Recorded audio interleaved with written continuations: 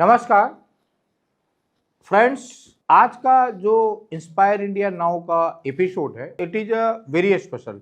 Today we starting a segment 13 सालों में what special happened. ये सवाल बार बार पूछा जाता है internationally, nationally, specially when I go out of India से Japan, US. So people ask what the your government is stable government क्या कर रही है। एंड अभी आईएएस मेंस के रिजल्ट आने वाले हैं। आईएएस मेंस रिजल्ट में वापस ये बहुत इंपॉर्टेंट इशू होगा, जहां आपको अचीवमेंट्स एक्सप्लेन करने पड़ेंगे, जहां आपको बताना पड़ेगा कि कैसे इंडिया ऐसे प्रोजेक्ट फंड करा, लाइक हाईवे, दुनिया में सबसे ज्यादा हाईवे बन रहे हैं, मेट्रो दुनिया में सबसे ज्यादा मेट्रो बन रहे हैं, एयरपोर्ट दुनिया में सबसे ज्यादा एयरपोर्ट बन रहे हैं, सब घर में फ्री अनाज मिल रहा है, सब घर में फ्री मेडिकल ट्रीटमेंट मिल रहा है, सबको फ्री घर मिल रहे हैं, लोगों के, औरतों के, लड़कियों के अकाउंट में 10-10 हजार रुपए आ रहे हैं। तो लोग समझ नहीं पा रहे कि India what exactly India is doing here. The first and most important what the government done in last 13 year, Modi government done in last 13 year. Earlier 85% of the oil was imported from various countries, so your most precious money was going out of India. Almost अगर आप देखेंगे तो 165 billion आपका बाहर जाता था। 2013-14 में it was 165 billion. आज सरकार ने 2024-25 में इसको 132 बिलियन कर दिया। This is more remarkable. ये और ज्यादा रिमार्केबल कब हो जाता है, जब आपने 2 करोड़ से ज्यादा नई गाड़ियां बढ़ गई, 45 से 50 करोड़ नए लोग आ गए, उसके बाद ये 165 बिलियन से गिर के 132 बिलियन हो गया। ये बहुत बड़ा अचीवमेंट है, वी मस्ट सेलिब्रेट।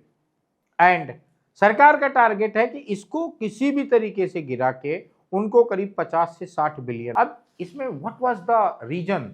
एक रीजन था जो सरकार ने सोलर को प्रमोट किया।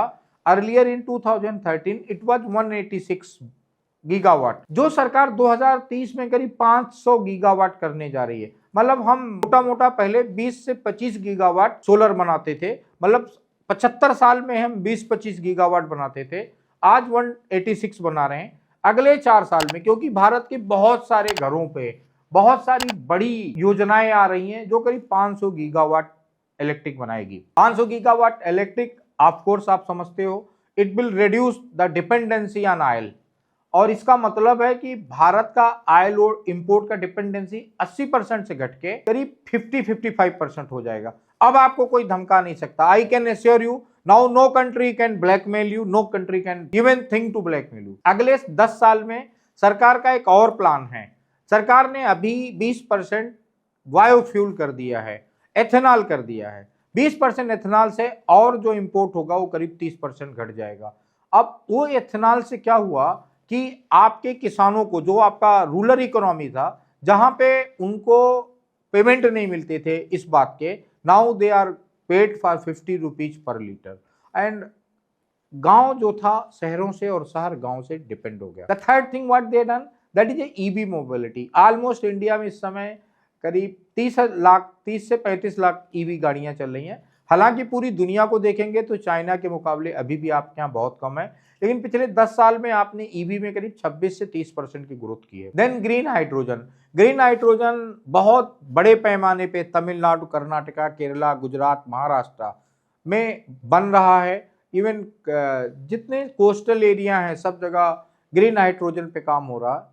और ये मैं नहीं कह रहा हूं, ये आईएमएफ के, वर्ल्ड बैंक के चेयरमैन एंड मॉर्गन स्टैनली से मिस्टर देसाई ने बताया कि भारत का जो ऑयल सेक्टर है, भारत का जो ऑयल नेचर है, वो स्ट्रक्चरली स्टेबल एनर्जी इकोनॉमी हो गया। पहले हमारी जो इकोनॉमी थी, पहले हमारी इकोनॉमी हमेशा बहुत फ्रेजाइल इकोनॉमी थी।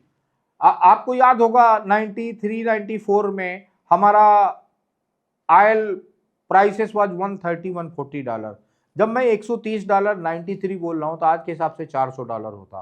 भारत को अपना सोना बेचना पड़ा। भारत में 2 दिन का रिजर्व बचा था। आज भारत के पास 2-3 साल का रिजर्व है। मतलब 3 साल अगर भारत 1 रुपया भी ना कमाए तो उसको कोई टेंशन नहीं। मतलब आमतौर के दुनिया के किसी भी देश से ज्यादा अच्छा पोजीशन में रिजर्व है। और वो रिजर्व कैसे पहुंचा? क्योंकि भारत ने ऑयल पे अपना बहुत पैसा बचाया है। अगर आप इधर टीवी न्यूज और अखबार देख रहे होंगे तो अमेरिका के राष्ट्रपति ट्रंप भारत पे बहुत दबाव डाल रहे हैं कि आप रसिया से आयल ना लो। एक्चुअल में भारत रसिया से आयल पैसे बचाने के लिए नहीं कर रहा, पैसे कमाने के लिए कर रहा। Because India is buying eight $52 and selling $90। But दूसरी साइड में अगर आप देखेंगे तो भारत का डिपेंडेंसी ऑयल पे बहुत कम हुआ। अब अगर मैं आपको इसका दूसरा स्ट्रक्चर बताऊं तो आप देखेंगे कि जो दूसरा बड़ा रेवोल्यूशन हो रहा है that is in defence sector. Bharat, आप सब जानते हो, and I feel all specially IAS aspirants जो अभी इंटरव्यू देने जा रहे हैं उनको मालूम है कि हम पहला पूरी तरीके से डिफेंस इंपोर्ट पे डिपेंड था। सिर्फ 8 साल पहले भारत दुनिया का सबसे बड़ा डिफेंस इंपोर्टर था। 2014 में इंडिया 1500 करोड़ का एक्सपोर्ट करता था। मतलब 70 साल में आप यू आर इंडिपेंडेंट 1950, तो आप 1951 से लेके 1913 तक सिर्फ 1500 करोड़ का एक्सपोर्ट करते थे। आज 2024-25 में आपका एक्सपोर्ट करीब 21,000 करोड़ का है, मीन्स ऑलमोस्ट 2.5 बिलियन है। नंबर से देखें तो अभी भी छोटा है, कोई इतना बड़ा नहीं है।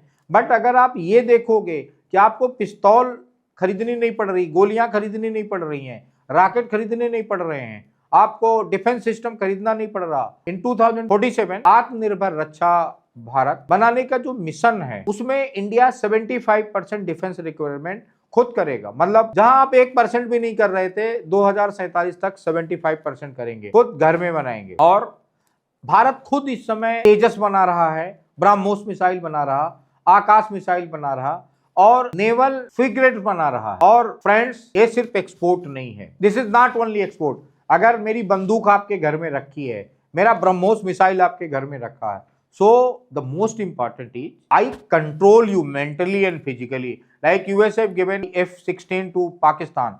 Every day they off the battery. अगर पाकिस्तान बिना अमेरिका से पूछे F-16 को उड़ाना चाहे तो बैटरी ऑफ कर देते हैं।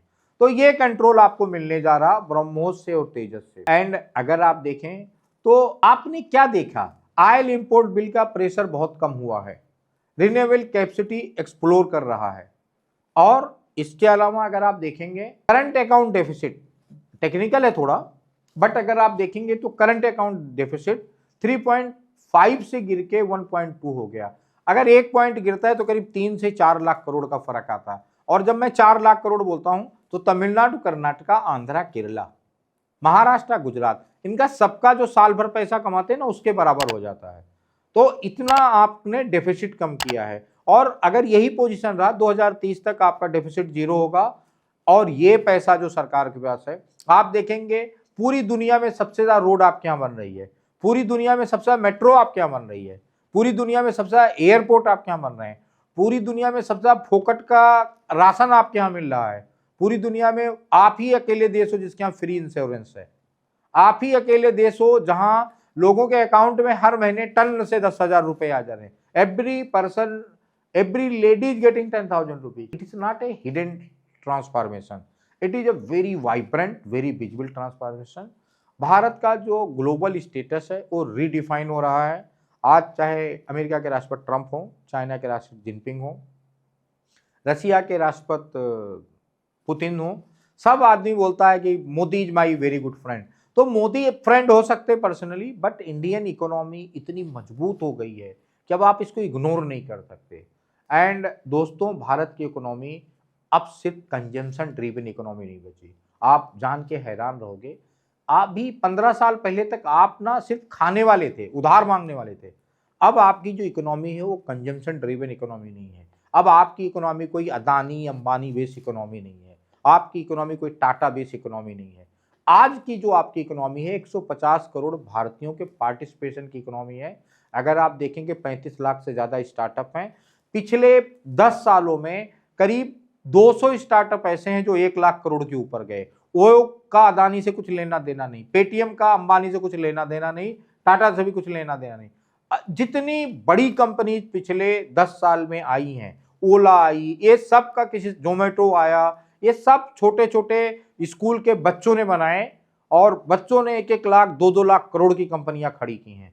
सो अब ये जो इकोनॉमी है 150 करोड़ भारतीयों की इकोनॉमी है एंड ये self reliant and export led growth model की तरफ बन रहा है। एनर्जी एंड डिफेंस दोनों सेक्टर हमारे अगले डिकेड का ग्रोथ इंजन होगा। अगर आपको लगता है भारत का फ्यूचर सिक्योर है तो याद रखिएगा ये ट्रांसफॉर्मेशन क्वाइट नहीं है, बहुत हिस्टोरिक है। एंड दोस्तों ये आप सबके लिए बहुत ही गोल्डन अपॉर्चुनिटी है।